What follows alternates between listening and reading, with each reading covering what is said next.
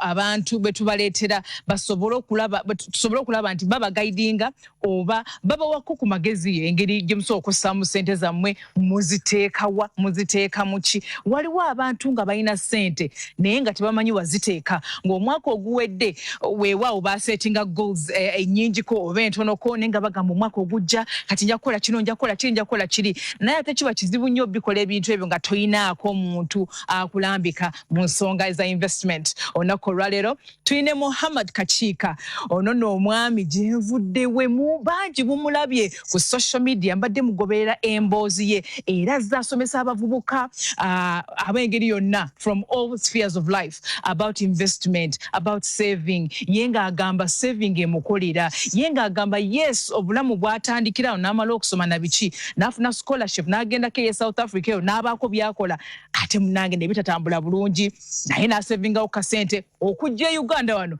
ng'amanyi nti ngenda kuteeka sente zange mu bintu bwe biti oba ntandikirewa naye of course amagezi gajja along the way. So today we are going to basically talk about investment n'amaanyi g'okuteeka sente mu kintu era n'okkiriza tikijja kukola. Ne Muhammad Kachiika paka sawa nya era nga oba olina endowooza yo gy'okuteeka okuteekawo, you go to our social media platforms oteekeyo endowooza yo ate tweyongereyo maaso paka sawa nya wamu nange Stella Nante. Mwasuze mutya? Tuziramu okubaaniriza tuli ku Mwasuze Mutya. Tuyine Muhammad Kachiika abadde ajjanga atubuulira enjiri eno nga yakugamba nti munange bw'oteeka obugumiikiriza okwewaayo n'okubanga nti oli mumalirivu mu byokola osobola okwachivinga. Abantu tulina bangi nnyo abatulaba ku Mwasuze Mutya. Tulina abantu abali across Uganda nga bali eyo mu diaspora, bali mu nsi z'ebulaayi eyo bakola batoba naye nga mwana wattu basendinga ssente eno nga tebamanyi na muntu wakuziwa, tebamanyi muntu wakubaako nti bakanzi woono. Bangi nnyo basinze ssente Uganda ne basanga ate nga tewalina kiriyo, agenda okudda emyaka 10 nga tewali kiriyo, naye ate gwe munaye waliyo eyo n'okola ssente zo n'ojja nazo n'otandika obulamu ene Uganda. Omwami Kachiika abatamumanyi, principal Vienna School and of course mulimi and a businessman era nga bingi byo byataddewo. He has over 600 acres of land and akyabala still akyateekako investing akyagula akyapampana. So gwe muvubuka ali eyo tugenda kuzzaamu amaanyi olunaku olwaleero. Nawe otandikewo ky'otandise, tekimataringa oba otandise katono oba ki, naye munaye tugenda kubanga tutandika.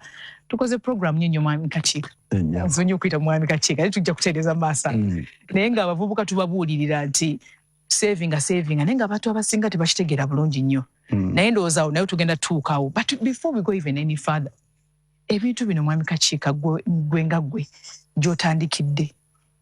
otandikidde wantu tewaali wangu nnyo, but n'omuvubuka olunaku olwaleero omwaka mupya, they don't have direction. We don't really know where and how to do things, but good enough you've done a lot of those things.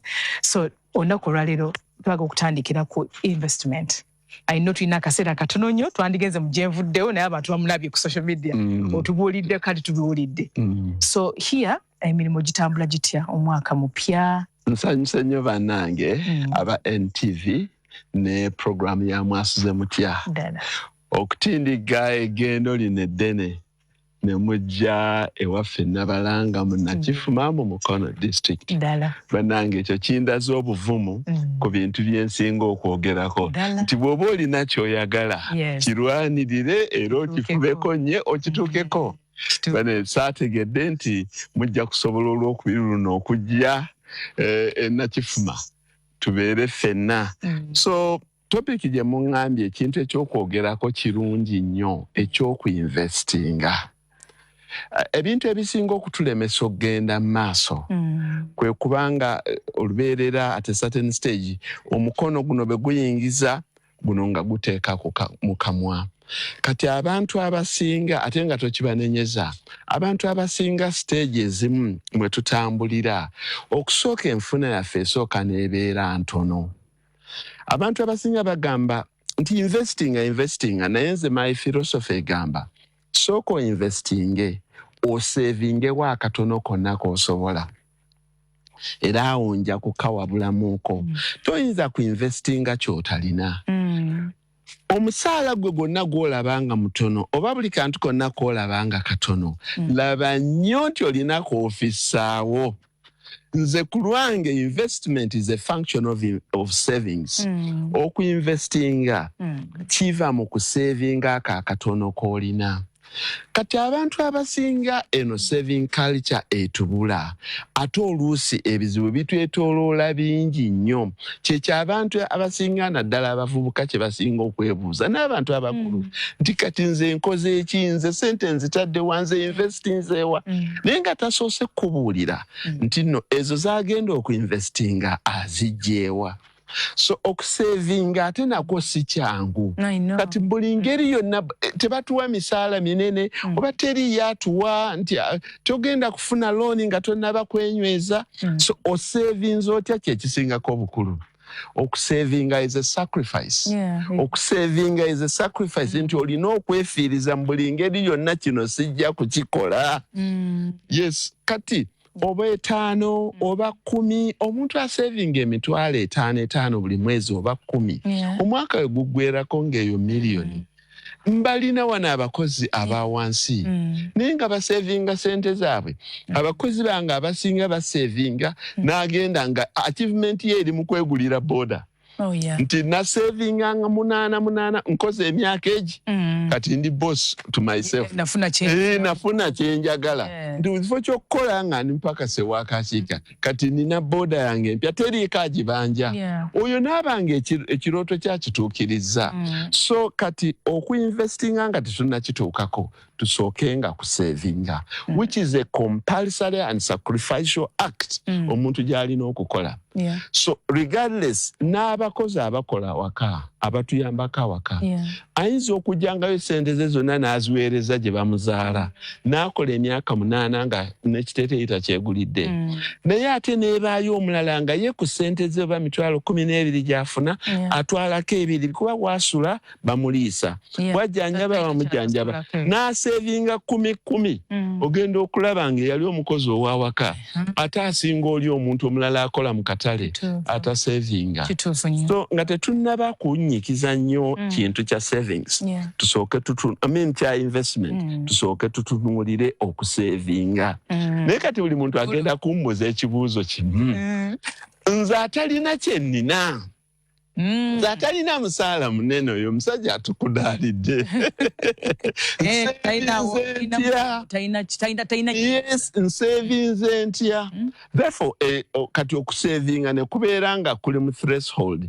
Kati n'omuntu ayagala okukola bizinesi ya chapati either ogenda n'opakaseewo omuntu naye anti baagala nnyo sente zaabwe kagwirawo, bw'amaliriza bw'ati olw'eggulo ng'ozimuwa, bw'amaliriza ewiiki eyo ng'ozimuwa, omwezi tayagala nagutuusa.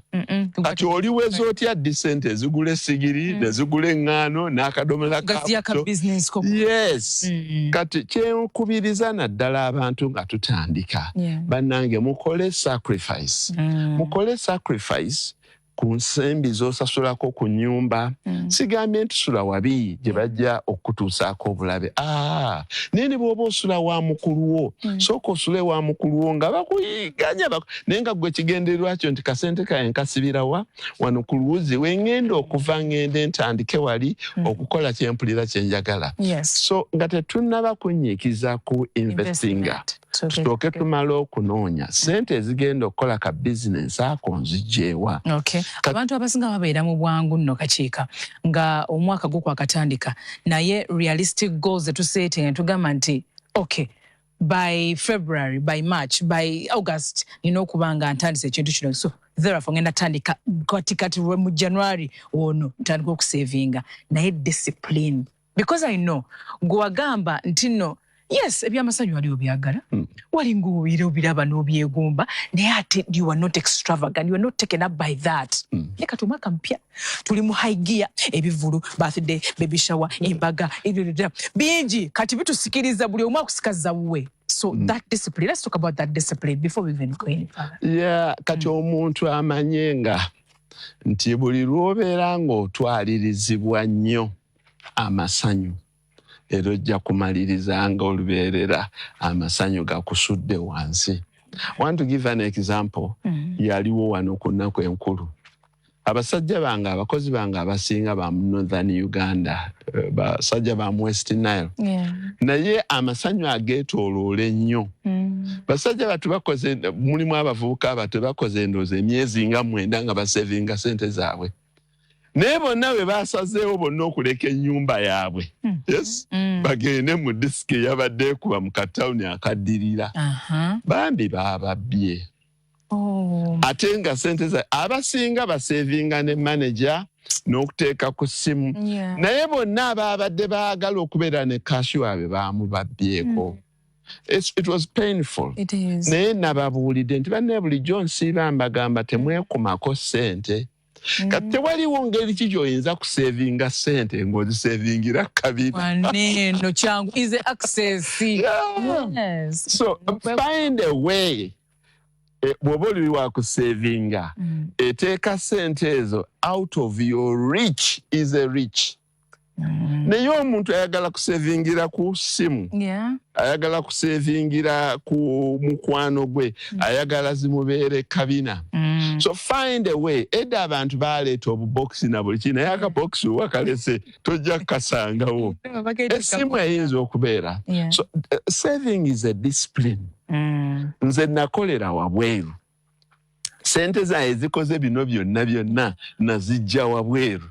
Naye bannange bangi nnyo abansookayo n'abalala bakyaliyo tebaasevinga kwenkana nze.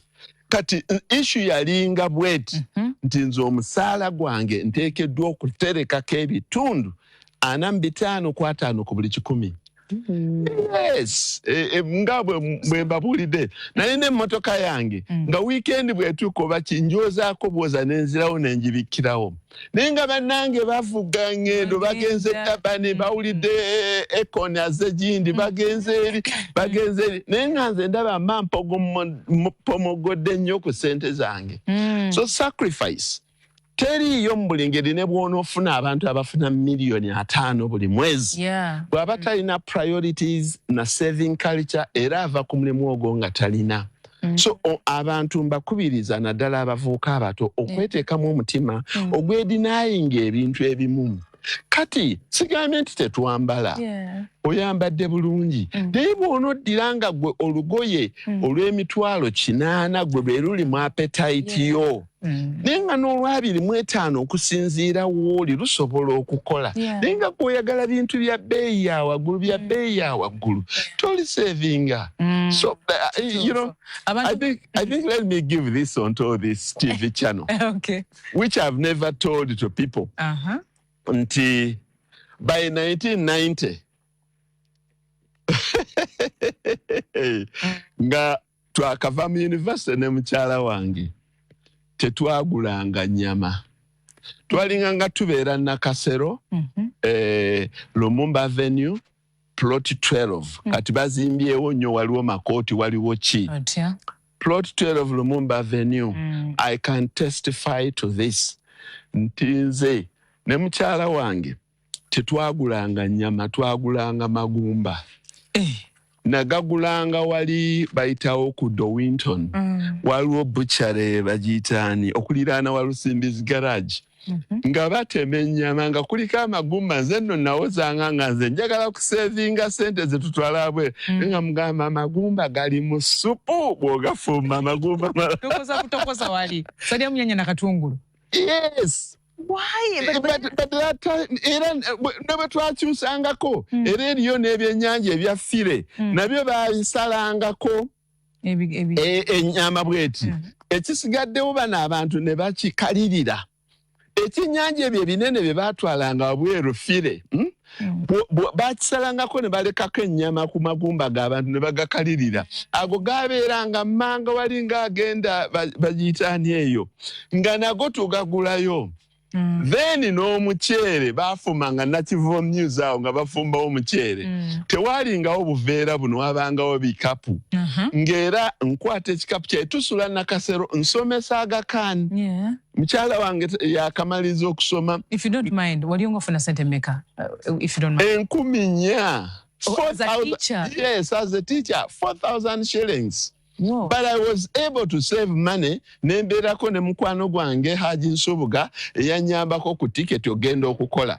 Naye nze nali mmaze okwesavingira sente zange ezisooka. Naye mbabuulidde philosophy gye nakozesa okusavinga. That ennyama oba yalinganga oba ku 1,200. Naye ng'amagumba kiro nga 4 oba 5. Ndowooza gagula 3. Ne muteeka mu sepiki nga mangi nga naye galina supu mulungi nnyo bulungi. N'ofumba. No, ani yakugamba nti amagumba gwe baba gajjako minced meat ennyama yonna bagimalako. Ne tutokosa. Nenga nali nkola nalina ne sente. That saving culture has not eluded me. Kati awo wonna oli yakulabanga ng'omugamba waliwo munnange yansekereranga nti banaye mu kifo ky'okugula ennyama mwe muguze magumba naye gaatukoleranga kye twagala nga nsavinga sente zigenda South Africa. Kati kawe nyini wenjagala okugiramu oyogedde ku partner wo omuntu ogwo wali naye akaseera and I know times have changed, but again even during that time walina omuntu nga akutegeera, you had a vision and you shared it with her, n'agamba ngenda kubeera n'omwami ono kubanga we tulaga tugenda kutuukawo aba babiri tugenda kupambana oba tufumbye emagumba mwe tugenda okulya mu supu tugenda kukola ekyo. But times have changed today. High expectations, obulamu buli luxurious nnyo, bw'oba tompadde kino sigenda kubeera naawe, abantu bakolera ku ntoli z'abalala. So tell me how have times changed, and again how did you manage to keep her with hope of nedda bwetulaga tugenda tofaayo katulye wetu naye oluddako tujja kulyeko kutugikoowe. Kati anti, yes. I wouldn't advise somebody okuwuliriza obuwuliza ebigambo bya partner wo ng'akusuubiza eyo ensi ensuubize. Oluusi gye mutalituuka oba bwe muliba mutuuseeyo ng'ajja kukusangulizaako ebitoomi. So ekintu omuntu ky'asaanye okusooka okwetegereza ebigambo by'ono omuntu gwe muli naye nga mukyali bato. Kati ffe twali bato twava mu ssomero ffenna twasoma ffenna kati kuliko kye yali tandabyeko eba kyammanyiiko. Obusungu bwange yali abumanyi, ekinyiza yali akimanyi, resolve yange mu kukola ebintu yali agimanyi. Era nze ndi mu second year yali mu first year ne mugamba tetujja kukolera wano Uganda kubanga obulamu bwe Uganda tetubusobola. Tutandika okusavinga sente zaffe nga asulawo abe nange embeera waffe. Naye kati ate omuntu agambye nti asonda sente kugenda wabweru ate bw'omusaba enviiri ez'esente nnyingi gw'oba ozikubyemu ekituli. You can't imagine nti ebiseera ebyo twagulanga $5, $10 buli ze nafunanga ze nalina $1 nga bungi nnyo bwe buti naye nga tebuweza 10. Dollar bali ba openings up forex. 1990 government yakkiriza neggulawo forex. Kati bwe nafunanga omutwalo gwange nga siguteeka ku mpale nga ngenda nga ngugulamu $1 oba $12 oba 20 nga zengula. Smaller denominations zabanga zirina ku lower rate nga nzitereka. Lwaki walinga ogula zidola? Anti kubanga ozitereka ezo ezigenda ogula tiketi yalinga ya lunana. Yalinga ya lunana ne upkeep gyogenda. Kati ekintu kino ekyamu n'okutegeera nti nno tukolerera kino omuntu akutunula. I would not advise mu abaana abato abawala oba abalenzi okubestowinga your future mu muntu gw'oteesiga. Abantu okusaba nti mpaakange nkalabeko kati ebyo eby'omu maaso oluusi baba batuufu kubanga bangi nnyo abaalina ba girlfriends baabwe naani bwe yatuukanga e South Africa ono teyamuddamu kumukontaktinga. Ono kye yaddamu okuwulira nti omulenzi wo ate yatumizaayo omuwala omulala gwe yaweereza tiketi oba yafunye omukyala omulala eri. Naye nze owange twagendera ku mugugu. Nze nagenda ku mwezi ogwokubiri nga muweereza tiketi emutwala emunjoyininsa kubanga yali yakiraba kuva dda. Kati bwe namugamba nga tukole sacrifice eno nga kyagoba akiraba. 39 years you know, we are still together. Oh, wow. Yeah, we are still together. Abana bakuze, bawasiza, batandise okuzaala bannaabwe because kyeyalaba luli era kyekiriwo. So I would not advise sinenya nnyo baana bali mu transactional relationship. Transactional meaning nti mpankwe. Kubanga omuntu gw'ogenda okwesiga nti nze mwadde obulamu bwange tobonyeebonye naye within no time ajja kuba akulaba nti tomugwanira. Atajja kusobola kutuusa wadde okulya ku kitundu ky'ekiwagu. So how did it happen then? Abantu baali balina obwesigwa. Naye n'abakyamu mu biseera ebyo baaliwo. Naye ate beeyongedde nnyo okukyamuukirira ku mulundi guno kuba ensi ekuze nnyo. Abantu ebintu balabye bingi. Tewaaliwo mobile phones ku biseera byaffe nti omukazi ademandinga mobile phone. Tewaaliwo ba socialites abajja ne basplashinga money like that. So nkubiriza naddala abato n'abakulu, do business ku muntu gwe weesiga. Do business, whether that relationship is, whether that business is a relationship. Yes. Bw'obanga ogiraba nti it is a transaction, nti kufunayo kyenfunye, kifune, owete. Ne do business with muntu gwe weesiga. That business can be relationship, which can turn into a long-term relationship. Nti mufumbiriganiddwa. Oba mugase business mwembiriringa. This is a business. Naye sikiwa bantu magezi kumala gagenda nga bawa sente zaabwe, bawa future zaabwe, abantu be bateesiga. So omukyalo oyo, I think still let me say on this TV channel, that yangamba kyasinga okunjagalako nti ndi mukambwe I can be a good parent to children. Wow. Yali akitunuulira ku taata we. Taata we. Mungu amusaasire gye yali. Nti yali alina abaana nga bawa nnyo ebbeetu. Nti none of the family relatives a girl went beyond P7. Naye nga ye takifaako. Kati nze wano kibeere straight okumukwana wano okola kutya nakwanyisanga mateeka nagambye olina okubeera nusabwezi lwaki oluddeyo try to be the nice guy to please her.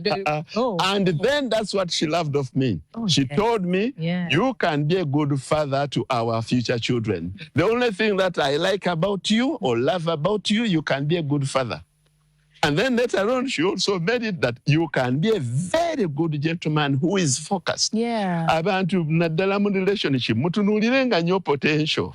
Otunuuliranga omuntu ayina saalina ssente naye alina potential. Kubanga ogenda okumuwasa bwe mulagira ansalire amahare abasiraamu nga bwe basaba ssente yagamba mwami oyo talina ssente ansomere mu mukwano mu Quran. I never paid. That's it. I never paid any money because I did not have the money. But then she said, kati olwaleero talina. Neje bujja maaso ajja kuba akola ki? Alina. My goodness. Because tugenda kuwummulamu kakiika bihogo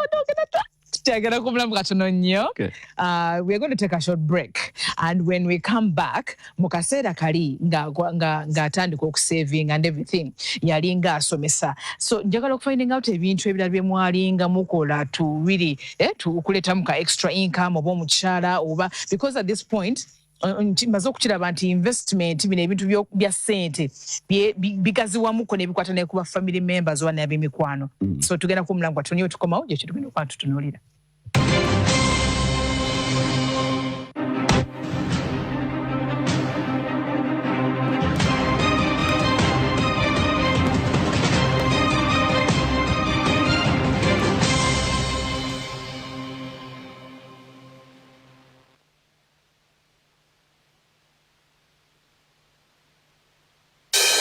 St. Kizito High School Namugongo, a proven center of excellence in academics and practical hands-on skills. With a new competence-based curriculum, we lead by action. Our programs include AI and robotics in day-to-day applications and other skill-based learning that prepare students for the modern world. We take pride in consistent success. St. Kizito High School Namugongo is located next to Uganda Matters Catholic Shrine in Namugongo. Registration is going on. Send Kizito High School Namugongo. Let your light shine.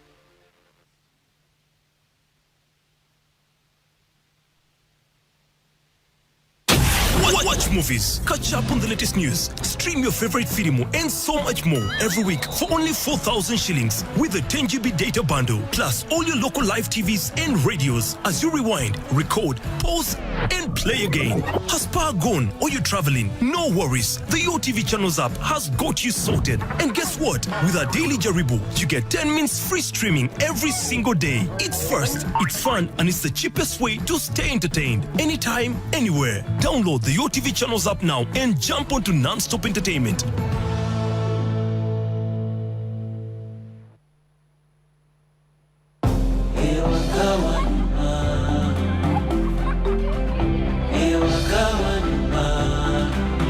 Tukwaniriza waka eri ebisanyusa.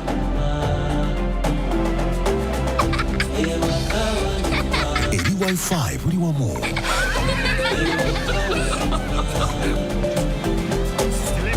Eri speedi za internet ezawakulu. Eri obukuumi.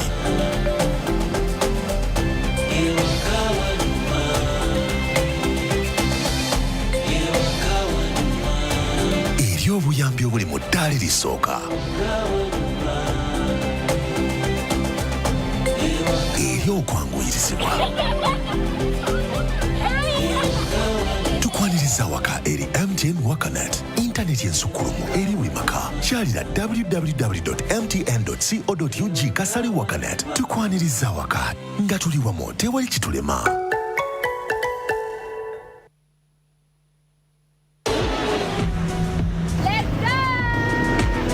Welcome to NTV Travels, the ultimate travel destination for new and exciting destinations around Uganda, the Pearl of Africa. I feel like I am on the Titanic right now.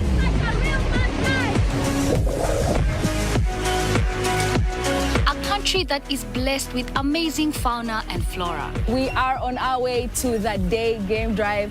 My team has been awake for some time. We are taking over Queen Elizabeth National Park. So heavy. Explore the vibrant culture of bustling cities. Abambarara Murimuta. We are on our way to Rubirizi district. We are in Ibanda district. Shout out to my lovely hometown Soroti. I am in Jinja currently with my entire team. It will stay with you forever. You can only imagine. This is my first encounter with the Mbatwa people.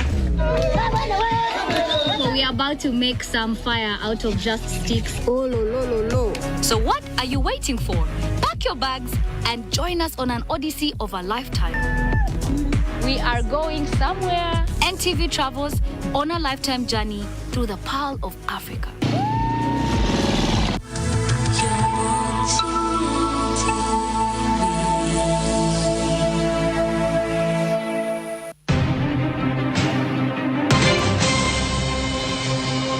Kulikayo nnyo mukuumulamu tukyagenda maaso oli ku Mwasuze Mutya NTV ne Spark TV yakatuweyungako tuli mu kwogerako amaanyi aga investment, the power of investment. Tuline Muhammad Kachiika era nga yali mutulungamya mu nsonga z'olunaku olwaleero. We tuwumulidde tubaye twogera ku because tutunuulira investment. Naye oluusi tosakikola wekka, olina okikolako n'abantu abalala. Ab'emikwano bajja kujja nga bakwetaaga obayambeko mu nsonga ezitali zimu, oba ebigwa tebiraze ne bijjawo, waliwo omwana azzeewo, waliwo mukwano gwo alina kino, but okukuuma nga weekomyeko kale nti zino ze ngenda ofulumya, zino ze ngenda keeping within. How did you do it? Kyekyo kye nagambye, savings is a sacrifice. Okay. Still ngezaako okwezaayo mu mbeera naddala abavubuka abasinga mwe bali. I want to go on record. Nze abantu bwe baleeta sente ne taata wange ez'okukola graduation party after graduation nze nabagamba saagala graduation bwe muba mwagala sente zange muzimpe sente zange za graduation nazitandikamu akaduuka mu Kikuubo. Bakuwa sente mmeka? Ndowooza zaali oba ng'emitwalo 40. 1990 waliwo sente ezaali zirina value. Taata wange contributed the largest amount. About 30,000. Kati abasigadde ne bongereza. Nene mbagamba sirina time ya pate. Nina akaduuka ke njagala okutandikawo. Kaatundanga mata ga long life UHT mu Kikuubo. Ne wabaawo omwami omulala bamuyita Haji Nsubuga era mwogeddeko emirundi mingi. Yalinga aleeta amanda ga Tiger Head n'ebibiriiti bya mbyerabidde. N'aŋŋamba nti funa n'omuzigo ogukuddako kuba gaabanga masa.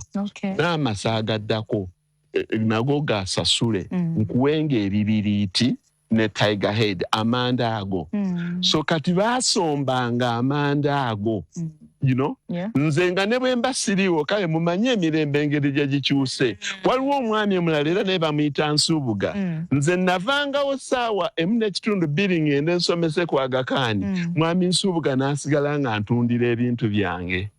Ne nkomawo olw'eggulo n'ampa ssente. Bwe byaggwangawo ne batumya ku dduuka lya mwami Nsubuga baali baliyita Kavule Investment nga liri ku Namirembe Road. Ngenda okudda nga baatuuze boxer 3 oba 4. Eza ebibiriiti n'amanda ga Tiger Head. Obwenkanya, okubanga oli mwesimbu nga sente nzizaayo ewa Haji Nsubuga ng'enkeera baleeta amalala. So kati ekyobusomesa buno kyali tekisobola kumbanga kyennyimiriddeko kyokka. Yes, there is a need. Abantu balimba bannaabwe wano mu bino obutababuulira nti baayimirirako okwo ku kisenge ky'omuntu omulala. Okuggyako nga sente zaali za famire era naye oyogeranga nti famire yange yannyamba. Naye tulina abantu bangi nnyo be tuyimirirako ne tubeesigamako ne tulooka tugenda mu maaso. Kati abantu abo over time be bakuwa leap kw'otambulira. Mu kaseera ako era oyogedde nti sente zaali zirina value and you invested in mu dduuka eritunda bino na bino. And in this day and age abavubuka oba abantu tugere generally bainvestinge mu bintu nga ki? Gugamba maybe by saving a kasente last year, kati bakainawo. What can they invest in? They're looking for ideas. Ebintu bikyuse nnyo. I know. Tewakyaliwo kati kintu obusuubuzi buli oversaturated. Bujjudde nnyo. Kati luli, you can imagine, edduuka lyaliwo ku Namirembe Road eri ebibiriiti. Naye nga ne mu Kikuubo era Haji Nsubuga alina n'abalala be yawa ng'ebintu bitambula. I would not advise somebody kati okuddira akasente se ka savings n'agenda ku Gazaland n'agula obuviiri. Yatunda buviiri bw'abakyala. Okuggyako ng'onoofuna gw'olonze n'omuguza ka fake n'okamuguza 25 oba 4 ekyo n'okikuba olunaku lumu naye manya oyo alimu in 6 months. Naye otherwise margin ku bintu by'obusuubuzi ekendedde nnyo. Therefore, I do not encourage many young people to get into such commercial transactions. Nti ogula engatto, ogula ebisawo by'abaana, n'ogenda bwe kuba kwebuzaabuza okwo ng'okyali mu coaching ya business, maybe. Yengenze nga nkula, nga ndaba n'ensi ekyuse nnyo. My bet on investment is to get involved into productive, okugenda mu bintu eby'okukakaalukana, eby'okukola, ebikola. Ebintu by'okukakaaluka. Yes, gamba nti ogula eŋŋaano, okola ku NTV, bw'omaliriza bw'oti oba okola kiro oba ku makya, emisana n'obeekinga budaddies naani, bw'ogenda okutwala mu kantiini ya NTV, bakulaba gw'ojja mu mmotoka yo ojjayo kantu kumpe budadiizi obutundibwa mu NTV kantini bubwo era bukuwagira nnyo ne weesanga ng'omusaala gweno ogugenda okutuuka nga toli bubi era olunaku oluzibira olinako akasente kwoteddemu naye omuntu tamwagala kubeekinga temwagala kubaako nina munnange yagula nga tusomesa twali Kabojja secondary nga ye agenda wali enateete n'agula obutunda yafumbanga amazzi ge bulungi naye nga musomesa munnaffe naye twali staffu nga 12 naye ng'obutunda bwe bulungi. Therefore this lady had an assured market of 120 people during lunch time and even other times abalinanga hangover naye nga kati ye teyaggwebwangako sente era as we speak right now mugagga naye nga yali maama katunda mpaya akatunda awo because was able to realize the environment mwali nti ne bwemba sifulumye wabweru mu bannange bano nsobola bayiyizaamu ki waliwo problem kimwenduza okwera naye abasinga mwagala nnyo obugatto obwakajja n'obuleetera abakyala bano kano akagato waakalabye kano waakalabye akateeteeyi ebintu olwedde ebiri muli temwagala bintu bya mikono bw'aba musajja gwe beera nga gw'olina alesi ku ttiimu yo kuliko omwali n'ente ze 2 enabweru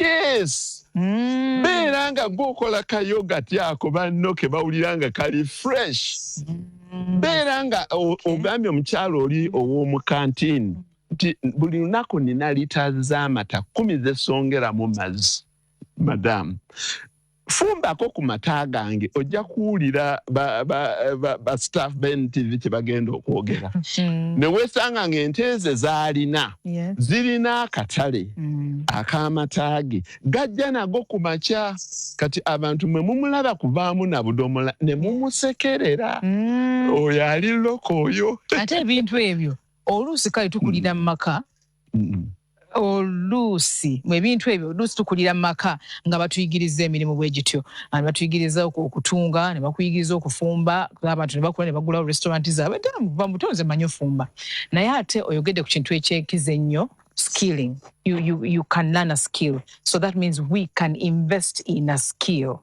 Is that also part of an investment I can make, invest in a skill for myself as a young person? Yes, katinga baking. Okay.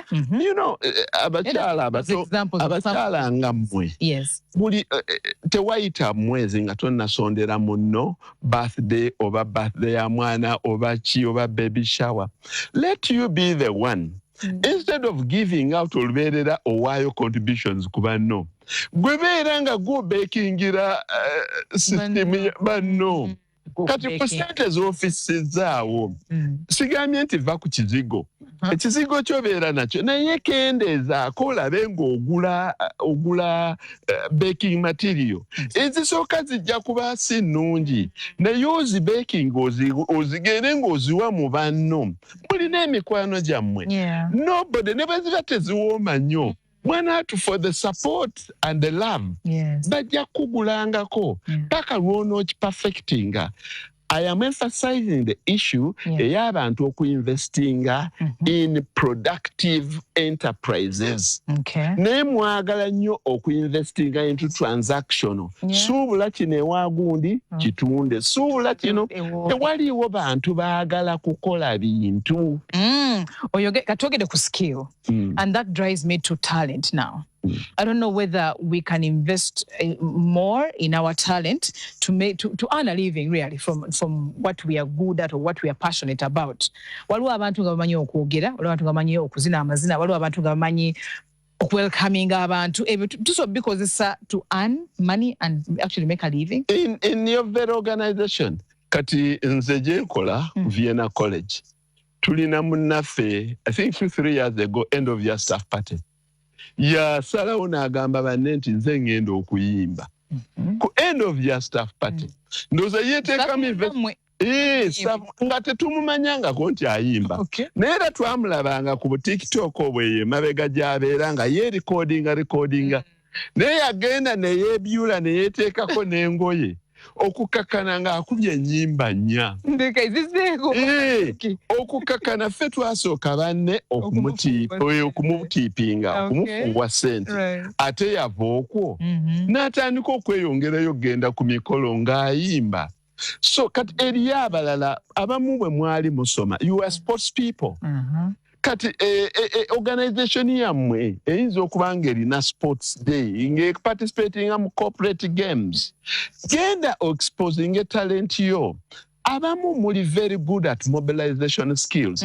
Okimanyi ffe abakulu b'ebitongole tutunuulira nnyo ng'ono promoting omuntu. That one is a very good mobilizer. Naye gwe ku pate ya company yammwe ya end of year gwe gw'osembayo okutuuka ng'oyambadde wenna otonya mmoonyi. Kati MD wammwe ali kulaba ddi naye bw'alaba nga gwe weetalodde eno ddeeri odde eno ddeeri bwakupiikingira bw'aba ayagala sectional manager agamba omuwala oli oba omulenzi oli eyali akola ennyo ebintu. I think tumuwe chance tumulaba obaso. So invest also into the skills that you have. Yes, that is very true. Waliwo abantu kakati omwaka gwakatandika and wayogedde ku bantu abatalina mulimu abatalina nnyingiza yonna kakati nga batunuulidde kutwala looni mu banka. Agamba kanfuneyo looni nziteeke wano mu ka business kano mu investment eno. How can we advise this one? One, it is very difficult to get a loan. Nga to savinga. Mpozi ng'oli mu ssaako. Era ne ssaako ejja kukusaba osooka osavinge nabo. Omuntu atandikira ku zero. Bannange mu bintu ebirala bye njogeddeko.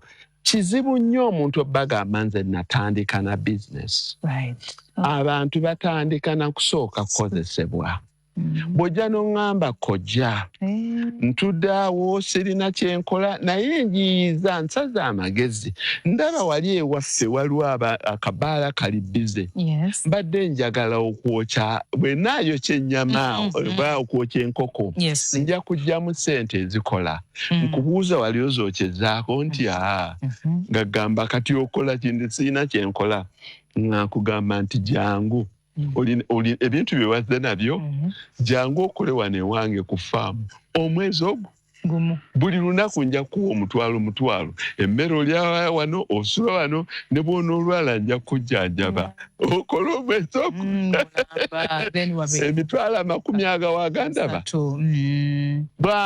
kamutanda oli ayagala okukuula ogenda okumulaba yeesiseemu azze buzikusaba busabi kapito ne bw'omugamba kapito oyo amukolerere nga yeesika agamba kojja nno nalese abeekasi bategeezeza nja kudda tadda naye ensiiba mbagamba nti kapito omuwe takola omuwe takola bakuwadde bu kapito omuwe takola instead era ne taata wange sente zembagaye ze yampa ku graduation part of it was mine twali malumonde enamulonge nezibeera nga zaasigalayo era ze yampa kapito omuwe takola kati there is no way koŋŋamba nti omuntu oyo ddala talina kyakola naye yeesibye mu kibuga ali ewa muganda we yeesibye n'abavubuka bali kapapula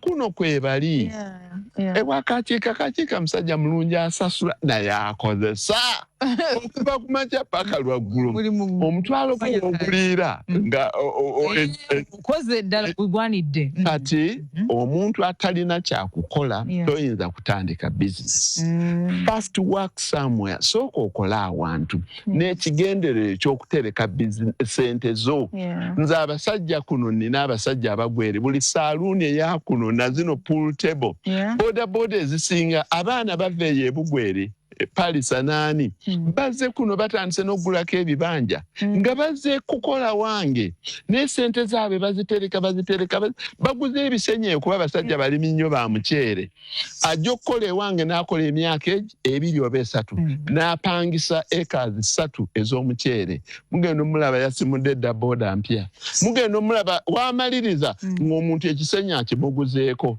weeba amupangisa omusajja oyo yajja atya kuno nti yajja kukola wakakiika so naye ffe tetweteekamu mutima nti kino kyenjagala nkifunye ntya kituufu and oyogedde ku bintu ebimu ebisobola otuma mu njogera ya leero oba mu mbeera gye tulimu ebintu engeri bikyusa oyogedde ku busuubuzi ogaa nti abantu tebandigenzeeyo nnyo naye ebintu ate nno munaye mwami kakiika bikyuse nate era emisolo gyemingi wookolera ate gwaga amazzi gayoola ebintu macana kuwona kwegamba ebizibu bingi ebyetoloddewo ayina no business when tewali business atalina risk it is true but ate waliwo era businesses zina high risks and everything so omuntu yaligambye nti bad investment what are those bad investments people put their money and they're like that kati bifudde nze nkiyita speculation ebyokuteebereza okay let's talk about that gye tugenda ono mu kulonda oba gye tugenda wano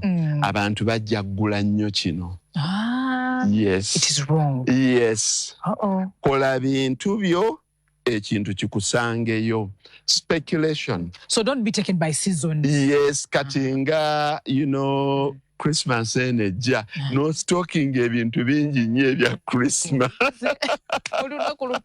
yes kati ebintu ebya speculation yes bisala nnyo kuba tolina fallback position kati oyo omusajja yapangisa wagira omuceere emyaka gye bwe giba teginnaggwayo guno omwaka bwe gufa omwaka oguddako kasooli amukwasa kyenva njagala production ne saagala nnyo obusuubuzi bwe bakwata ebintu byo saabamalira esitole y'ekikuubo omwami oyo yanjingingiza okuleeta oil okumujja e Kenya nga bamuteeka wansi w'amata esente zaye gye zaafiira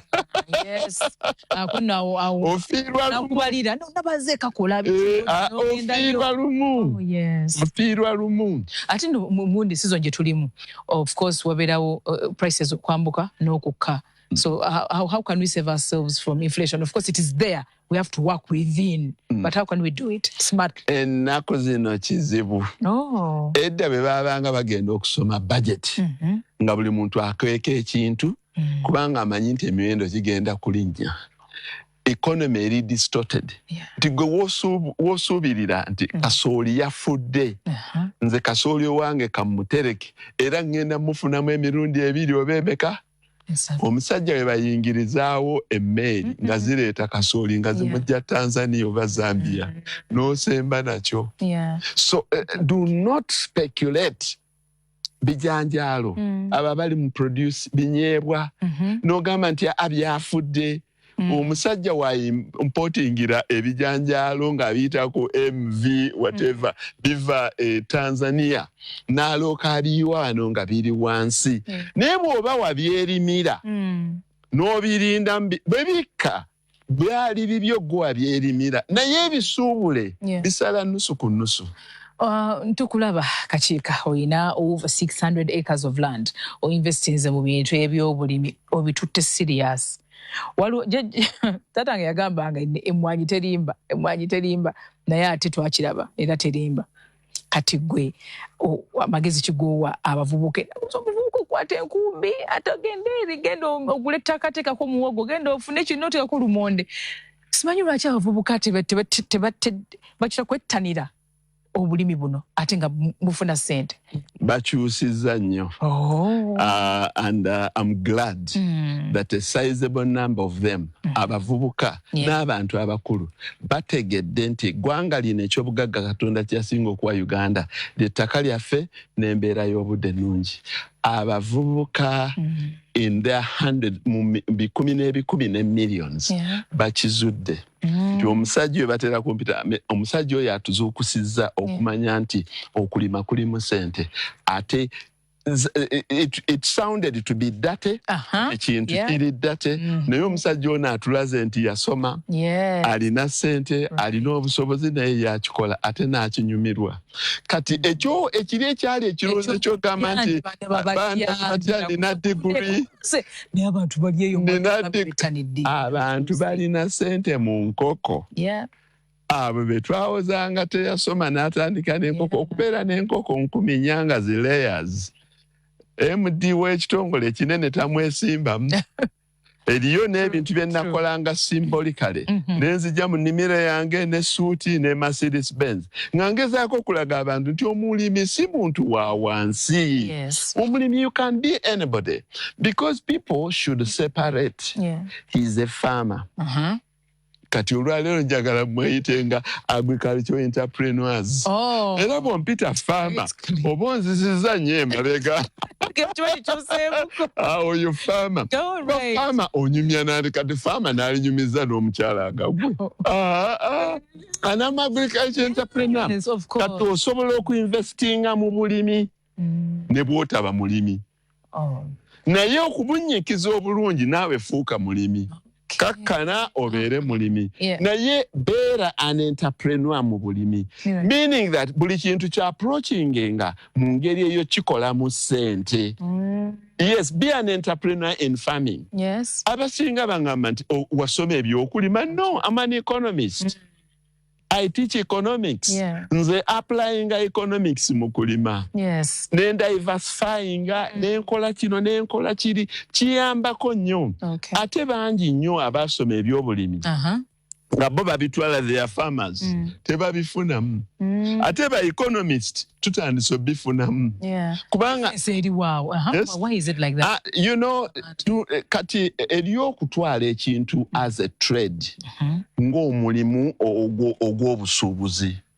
Nze nayingira mu kulima ng'omulimu ogw'obusuubuzi. Nze nagaana sente nali nzirina ezizimba apartments, ezizimba malls. Nagaana nga saagala kubanja sente za malls na apartments. I'm an active person. Ndi musajja mulamu. Nina amaanyi gange.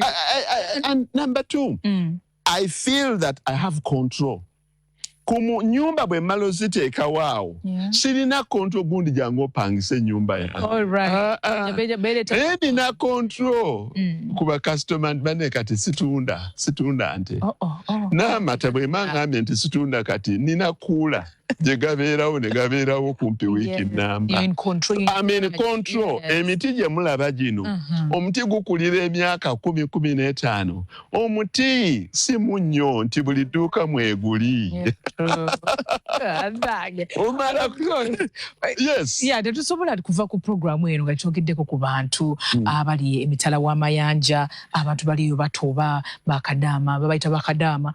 Then tulina ate in European countries, in Asian countries, they are working. But then, what is the smartest way to handle those finances? Trusting people back home is an issue. Investment. So in between there, they are caught up in the middle. What can they do? Actually, many of them have contacted me and have been directed. Abantu abasinga ebintu ebikalu. Ebintu ebikalu naddala mu nsi zino ezikyakola. Byebisinga okuuma investment. Okugeza. Ng'ettaka bwe baba tebalibye. Now, the worst is that baagulanga ettaka n'alirekawo. Ne bagamba bampeereza ekyapa kyange nkirabeko ne bakimuweereza. Kati baayize gula ettaka likozese. Abantu abasinga okwagala okugula ente zaabwe n'okusetting up farms bangi bali mu diaspora. So gula ettaka. Temugula liri overprice eriri mu kibuga. Fuluma muko. Be sure nti tebakuguzizza mpewo. Likoleko ebintu ebiramba. Eriyo ebintu byesenkareginga nnyo. Gamba nga ente. Olina okubeerawo. Naye n'omuti bagubba. Simba ebibira. Yes. Kati nze my main cornerstone. Bibira. Ebintu ebisigadde byonna bigoberera bugoberezi. Omuntu omuvubuka atulaba right now, omuntu yenna ayandyagadde okuyingira mu byobulimi talina ttaka, ayinawo ku ssente za savings, so akola atya? Kubanga mpulira mbu so opangisa ettaka n'olima ku byolimye, kubanga tulekera okwekwasa This program is not about kwekwasa. We are going to become now action-packed. Yes. Definitely. Abantu bangi nnyo abatannayiga kukozesa ttaka. Kati olwaleero omusajja wange manager wange ava Kisolo waabwe. Ne ngenda kuyitawo nga mbalaga ennimiro ze. Apangisizza ku bantu kuno abantu batandise n'omunyiigira. Kati awo alinawo agula ettaka ina atagula apangisa ettaka n'alimako. Kati awo alinawo lumonde. Awo before lumonde yasookawo kasooli gwe yanguza $3,200,000 ekg. Kuba yamusimba nga mpakinze ne muwa ebikozesebwa namuwa packaging ennungi yatonyako enkuba bulungi ne tumukuba mu silage. Era twarenjingamu fuso za silage ze tujjamu. Emanga eyo waliwo bayitayo makukuba apangisaayo. Kati yapangisiza bayitayo mu ndiba. Ekifo ekirala alina ebifo nga 5 era kumpi okukola ewange anyamba buyambi. Kubanga alina ebifo ebibye 5 oba 6 byapangisa. Ate abantu ne bakwewuunyisa n'apangisa eka y'ennamba $200,000. Ana oli n'asimba mu seasons 2 nga buli season agijja mu $4,000,000. Kuliko omwami omu yalimula lwaki olipangisa gwe tolina mikono. Okay, bw'obeera very busy nti oyagala akusagulire. Kuliko omwami kuno yagula ekyalo bakiyita nene yapangisa ettaka ly'omuntu $25,000 n'ebbanga liyiseewo. Sizoni za kasooli 2 n'abagulako ettaka lyabwe ekazi 6.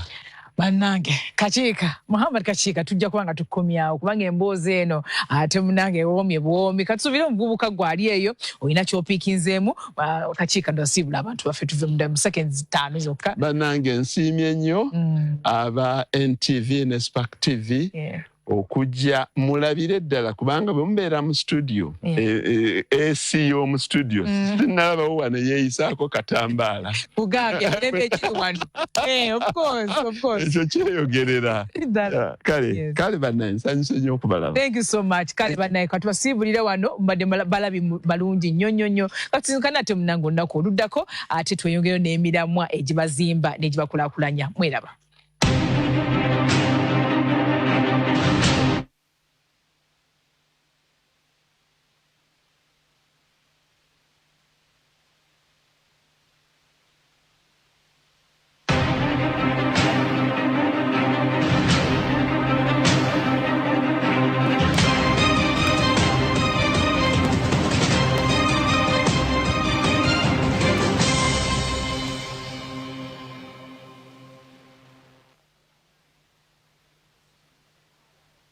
St. Kizito High School Namugongo, a proven center of excellence in academics and practical hands-on skills.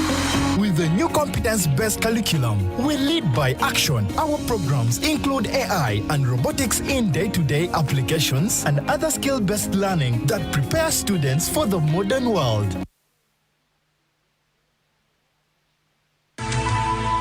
NTV, turning on your world.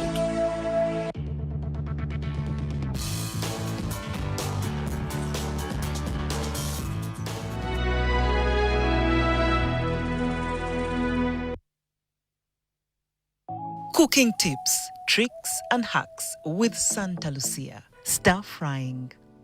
Did you know that stir frying can use oil or not? It is best done in a wok. This is a large pan that resembles a metal salad bowl. A wok can do a lot of things at once. It can boil, steam, fry and keep foods warm on a rack that sticks to one side at the top. The heat concentrates in the metal at the bottom near the heat source and increasingly diminishes further up you go. Horizontal ridges inside the wok hold the food in place, letting you choose the intensity of heat at which the food cooks. This cooking tip, trick and hack was brought to you by Santa Lucia.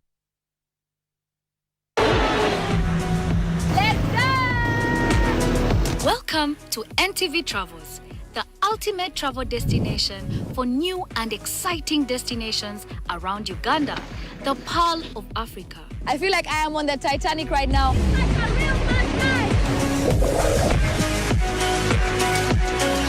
country that is blessed with amazing fauna and flora. We are on our way to the day game drive. My team has been awake for some time. We are taking over Queen Elizabeth National Park. So heavy. Explore the vibrant culture of bustling cities. Abambarara Mutya. We are on our way to Rubirizi district. We are in Ibanda district. Shout out to my lovely hometown Soroti. I am in Jinja currently with my entire team. We are here to conquer every part of Uganda. We finally made it to Lake Nkugute. Explore an abundance of world-class hospitality. This lovely gentleman. Discover the breathtaking beauty of mountain ranges and walls that tell stories. You have to take off your shoes since it is some sort of temple. And relax in the serenity of tropical beaches. We provide you with the ultimate travel experience that will stay with you. We are going ziplining. Of a lifetime. We are going somewhere.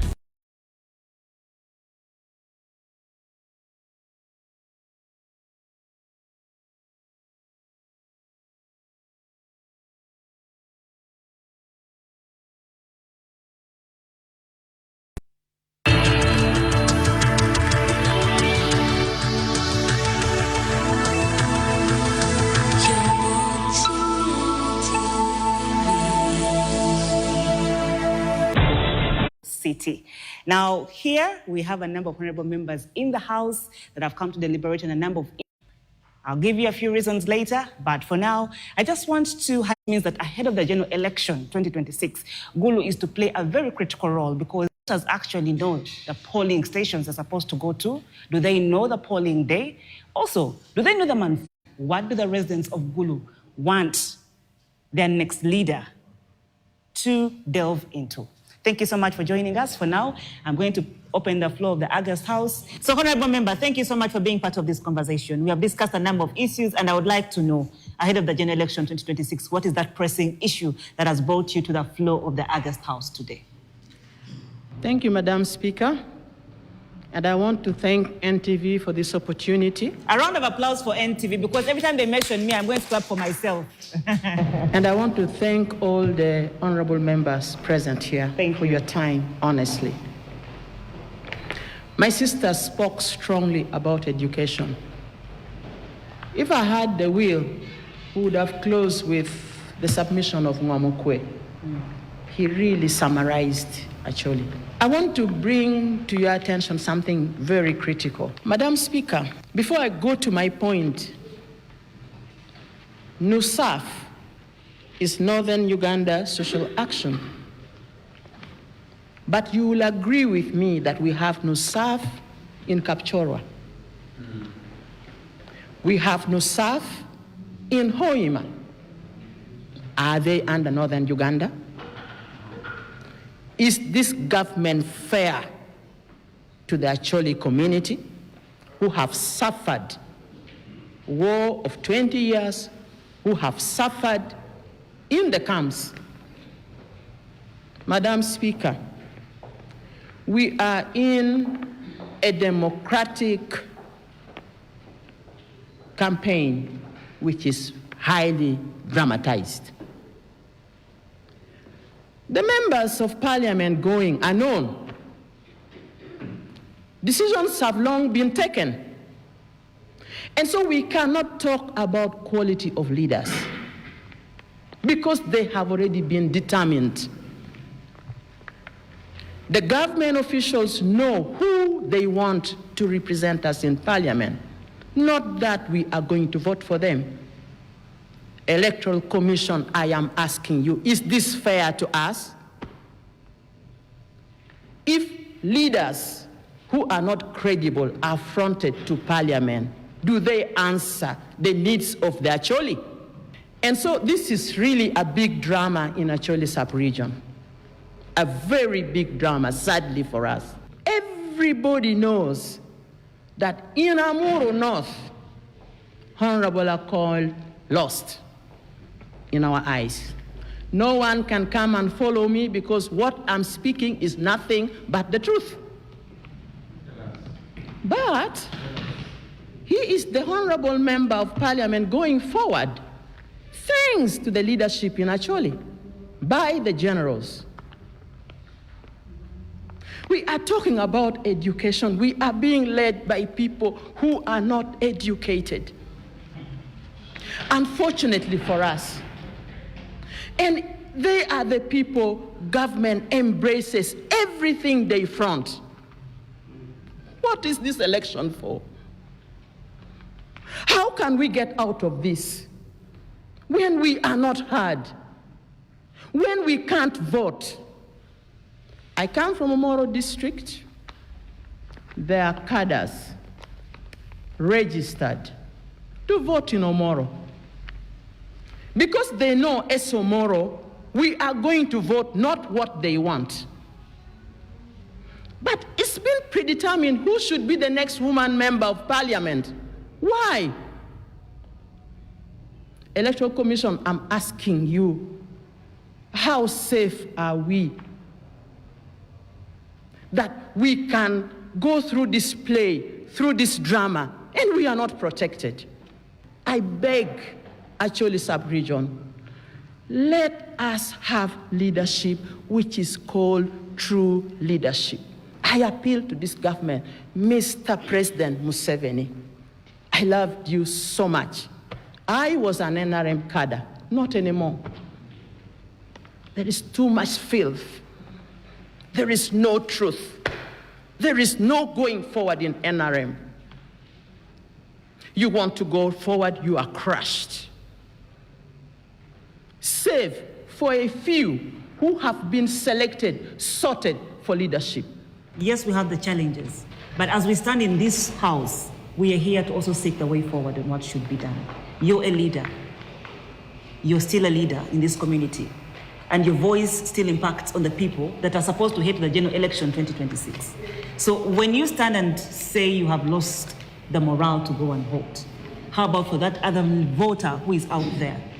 How about for that other youth who didn't have the chance to vote in the last election and 5 years later, they are 18 years old? Then what message are you sending as a leader?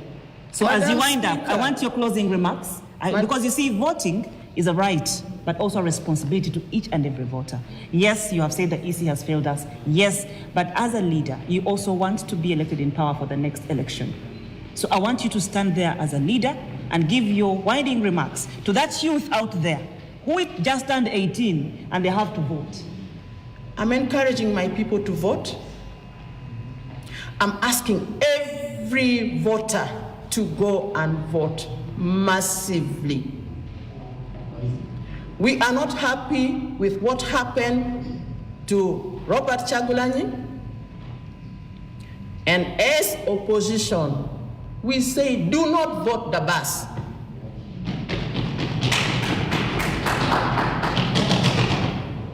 We want to front opposition who have for the longest time been able to secure our lands. Okay. Honorable Member, I would like to have you wind up and thank you for your submission.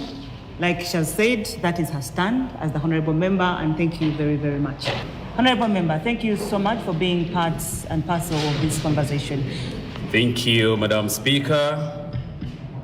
Lakwonyero Dennis Uchiani is my name. I am visually impaired. That's why I represent persons with disability in the Council of Golo. Some benefits of NRM government to Ugandans and outsiders. One, we have affirmative action. That is why women, girls, youth, persons with disability, workers, and elderlies are represented. Is that not a benefit? There is a benefit in one way or the other that we have freedom of speech.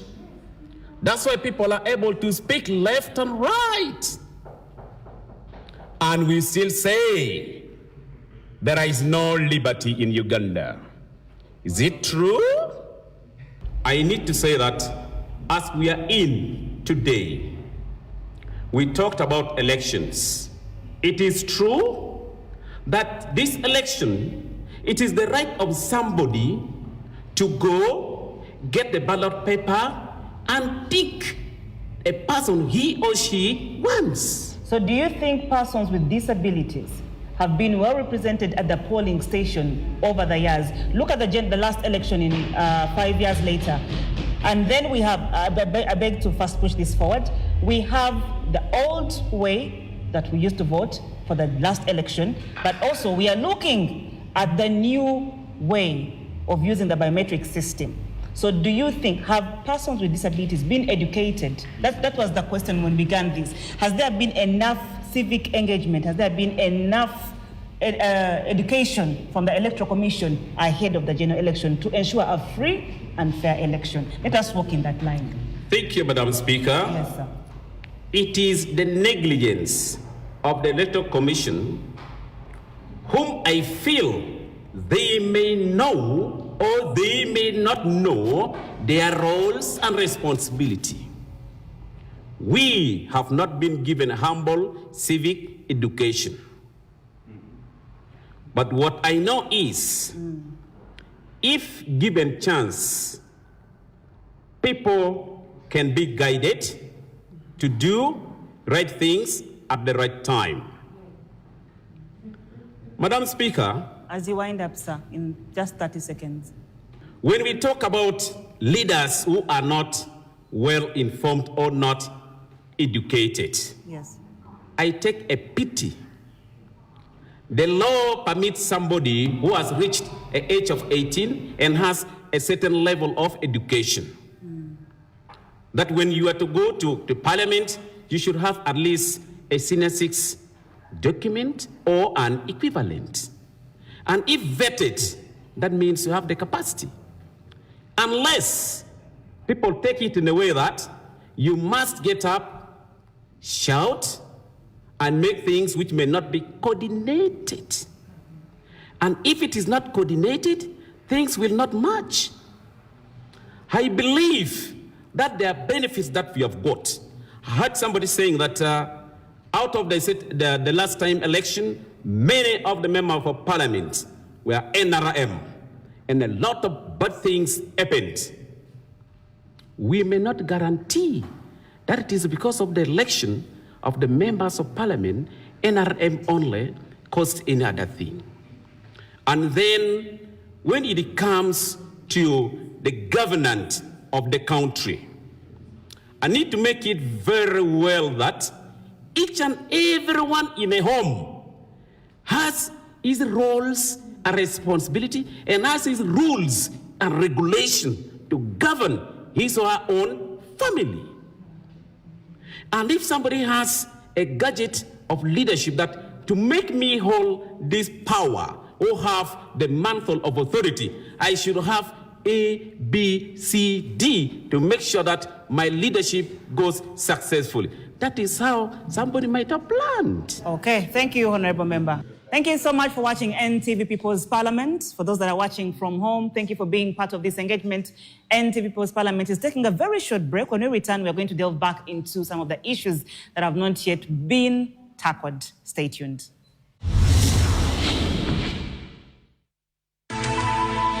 NTV, turning on your world.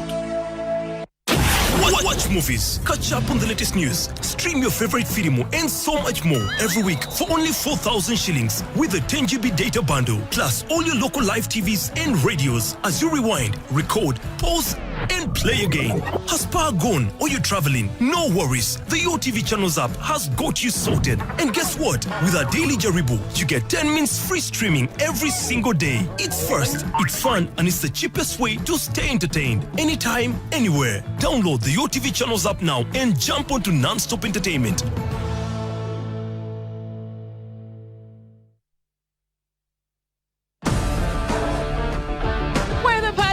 We are taking you on a roller coaster. E-Check is coming bigger and packed with more entertaining events happening here on the local scene and in the diaspora. The pompous parties, the banquets, glitz and glam, the celebrity events, who was where and for what. All the gist.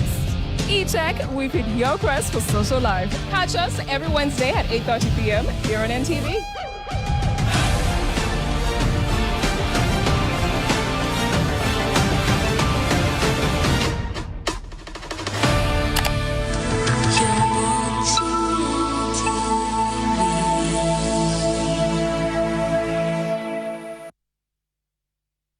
On the next episode... Kidepo Valley National Park is unparalleled.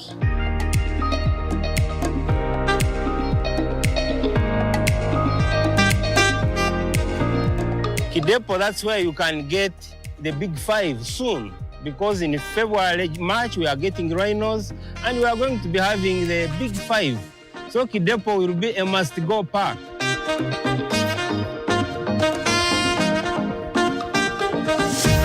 Come to Kidepo. I don't want to preempt. Please come in big numbers and enjoy the national heritage we have here. On the next episode...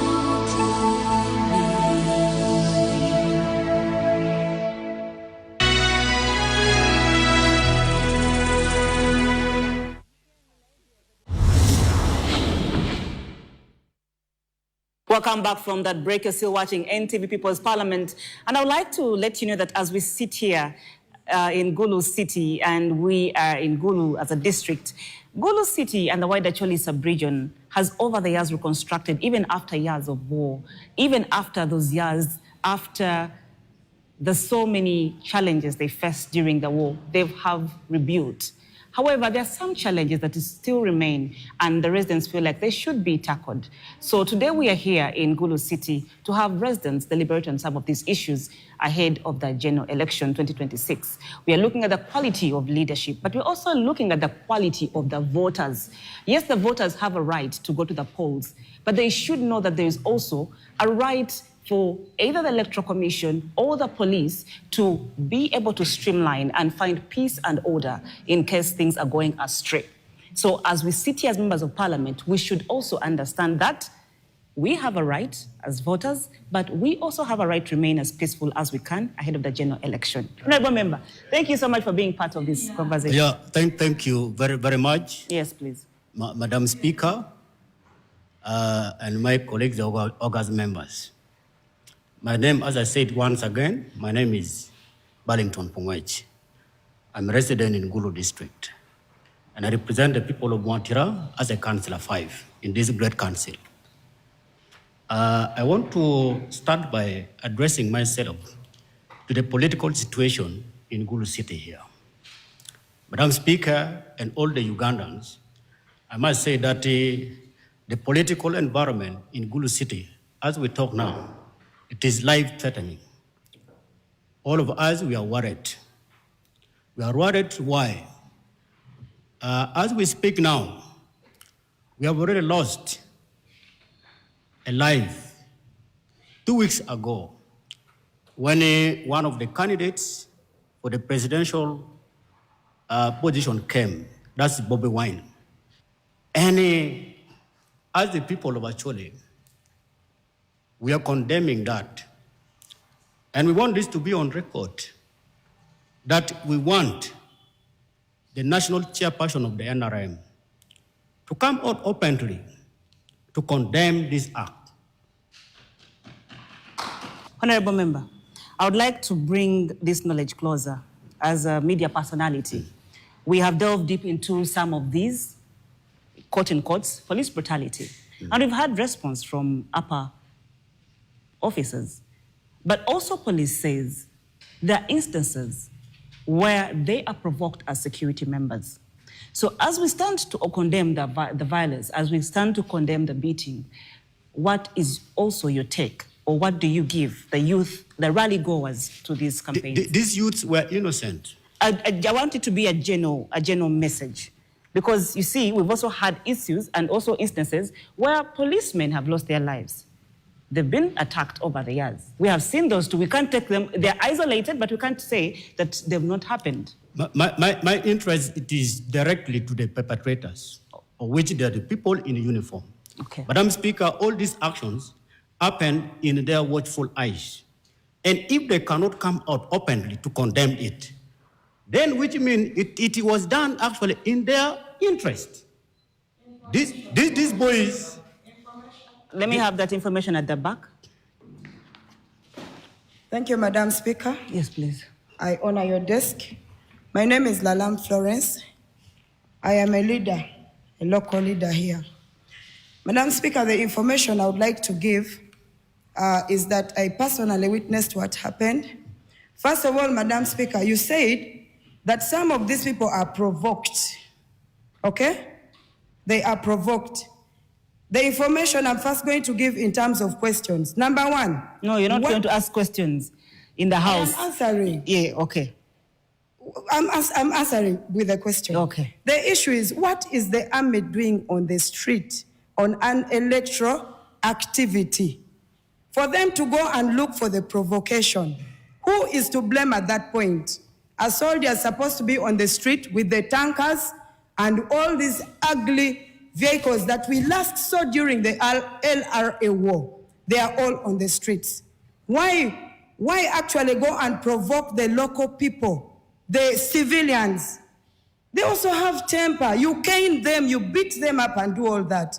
And then at the end of the day, you say that because your soldiers or your police, you were provoked. Madam Speaker, this is totally and totally not allowed. Please, I want you to wind up on matters of social development, matters of social services ahead of the general election. Just in 30 seconds, please highlight and let us know what are you looking for in your next leader as we head the general election when it comes to social services and deliverance. Yeah, thank you. As I wind up, I want to talk about our local government financing by the central government. As we usher into the new regime, I must say that as local government, we are not being financed efficiently to give enough services to our people. The case in point, in Igulu, as we talk, and across all local governments, it is very challenging that every year, when we go to approve a budget, you could realize that almost above 80% of the budget that we do approve always goes to finance wages, salaries, and then non-wages. It is even less than 10% that goes for capital development. It is very challenging, and that's the reason when you move to all our schools, you'll find the school without chairs, with broken desks, without classroom, with shoddy, with dilapidated classroom, without any proper management, because there is nothing that goes to see that really we take care of our children at school. So this explains the poor service delivery. It is very challenging. So our appeal to the government has a lot of money. You could have been hearing how people spent money in this campaign. And after the campaign, you realize that almost 50 billion have been spent. But now, after the election, come and analyze the budget for the local government and even the national budget. Okay, thank you. You see that all our money that we have been collecting as local revenue goes to facilitate the campaign of the ruling party. Very little that comes to benefit the taxpayers. Honorable Member, let us lay that to rest. Thank you so much for that submission. The taxpayers out there, the Honorable Member feels for your taxes, and he has deliberated on that issue. Thank you. Thank you very much. Thank you very, very much. Please, Honorable Member.